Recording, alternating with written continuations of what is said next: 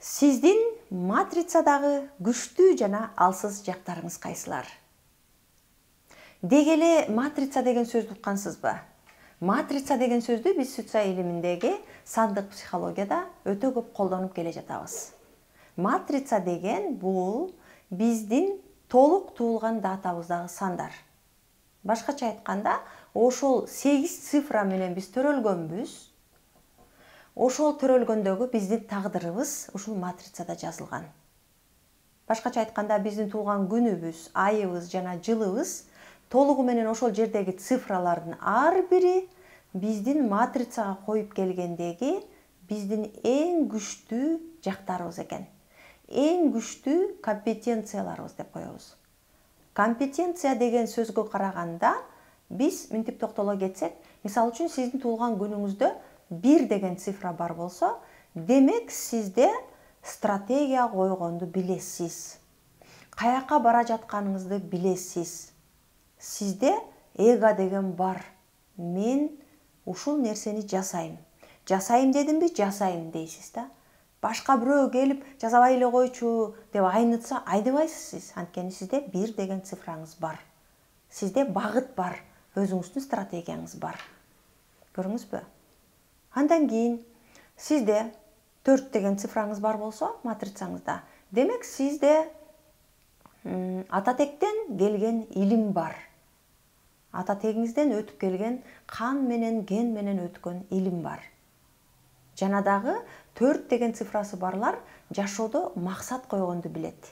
Эгерде биз максат койгонду билбесек, анда биз максаты бар адамдардын максатын ишке ашырыш үчүн иштеп атпайбызбы?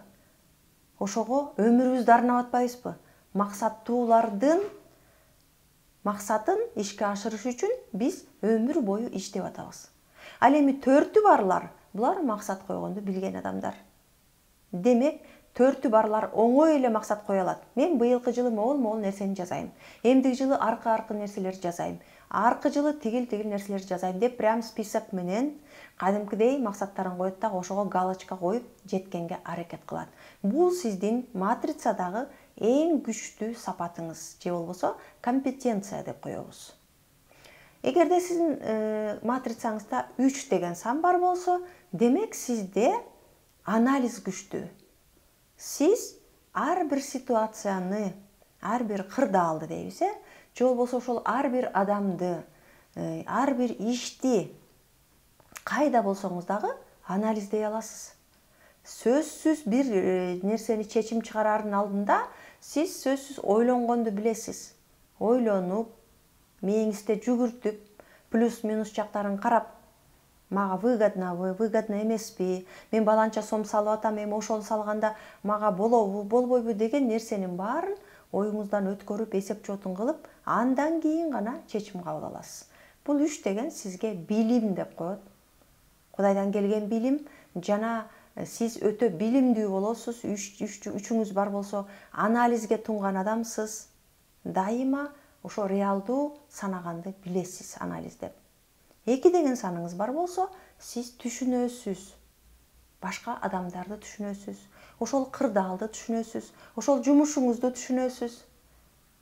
2 деген санды нарабатывать этиш өтө кыйын. 2 деген санды баарыбыз эле биле албайбыз, түшүнө албайбыз. Бардык санды үйрөнүп алса болот, бирок 2-ни түшүнүп, 2дей болуп кетиш кыйын. 2 деген сан эгер Кудайдан бизге берилбесе, анда биз көп нерседен аксайбыз. Эмне үчүн дегенде, биз ошол кырдаалды түшүнбөйбүз да. Ошол иштеп аткан ишибиздин ар жак маңызын, түпкүрүн түшүнбөйбүз да. А 2-си барлар бардык нерсени түшүнөт. Маңдайын дагы, жубайын дагы түшүнөт, баласын дагы түшүнөт, ата-энесин дагы түшүнөт, ошол кылып аткан ишин дагы түшүнөт, бараткан жолун дагы түшүнөт. Навигатору жок эле өзүнүн кай жерде баратканын дагы түшүнө алат. Көп сандар бар, мисалы үчүн, өзү кай жерде жүргөнүн билбейт. Түндүк батыш деп койсо, түндүк батыш каяка эле деп жүрөт да. Ар кимден сурапчы. Өзүнүн кай жерде турганын биле албагандар өтө көп. А 2-си барлар ошонун баарын аңдай алат, туй алат, сезе алат. Түшүнүү деген өтө чоң энергияга ээ 2-си барлар. Демек, биз ушул матрицадагы 9 сандын баары албетте толук болбойт, бирок кандайдыр бир сандар бар болсо, ошолор биздин эң күчтүү жактарыбыз жана объективдүү көз карашка алып келе турган жактарыбыз болуп саналат. А бизде ошол матрицадагы жок сандар бизди аксата турган нерселер, аксатат. Бизде анткени ошол компетенцияларыбыз жок. Мисалы үчүн менде 2 деген сан жок болсо, мен түшүнбөйм. Маңдайымдагы адам эмнени айтып атканын түшүнбөйм, эмнени каалап атканын түшүнбөйм, аялымдын эмне деп сүйлөп атканын түшүнбөйм. Бирдеме эле деп атат, эчтеке түшүнбөй койдум. Деле ушуну түшүнбөй койдум дейсиң да. Балаң бирдеме эле деп атат, аны түшүнбөйсүң. Жумушуңа келесиң, жумушуңду нормально түшүнбөйсүң. Демек, сенде 2 деген цифра жок. Көрүңүздөрбү? Бизде ошол матрицадагы жок сандар биздин алсыз жактарыбыз. Биз ошол жок болгон үчүн биз ошол ситуацияга субъективдүү көз карашта карайбыз. Өзүбүздүн эле эгобуздагы ой жүгүртүүбүздү таңуулай беребиз. А чындап объективдүү көз карашта карай албайбыз. Объективдүү көз карашта реалдуу түрдө караш үчүн биздин ошол матрицабызда ошол сандар болуш керек.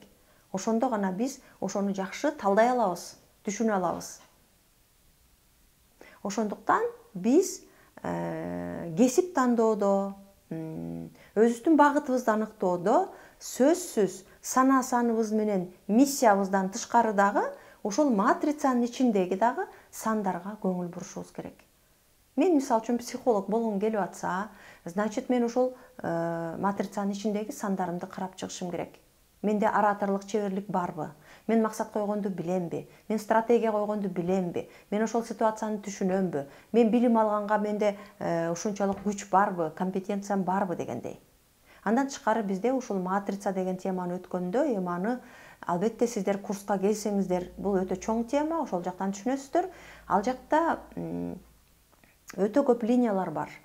Адамда мындай мисалы үчүн 1-5-9 деген линия бар. Ошол 1-5-9 деген линиясы барлар өтө ийгиликтүү адамдар болот. Эмне үчүн дегенде, алар адекваттуу тил табышуу деген линия. Бул линия баарыбызда тең эле боло бербейт. Биз баарыбыз тең эле адамдардын баары менен тең эле жакшынакай эле жаркылдап сүйлөшө албайбыз. Биз тандайбыз. Тиги жагат мага, тиги жакпайт. Бул жакпай калды, бул мурчуюп калды, тиги чурчуюп койду. Тигил ары карап кетип калды. Мен баратсам басып кетип калды деген нерселерди таба беребиз. Ал эми ушул 1-5-9 деген сандары барлар, бул адамдар адекваттуу тил табышуу. Булар любой адам менен тил табыша берет.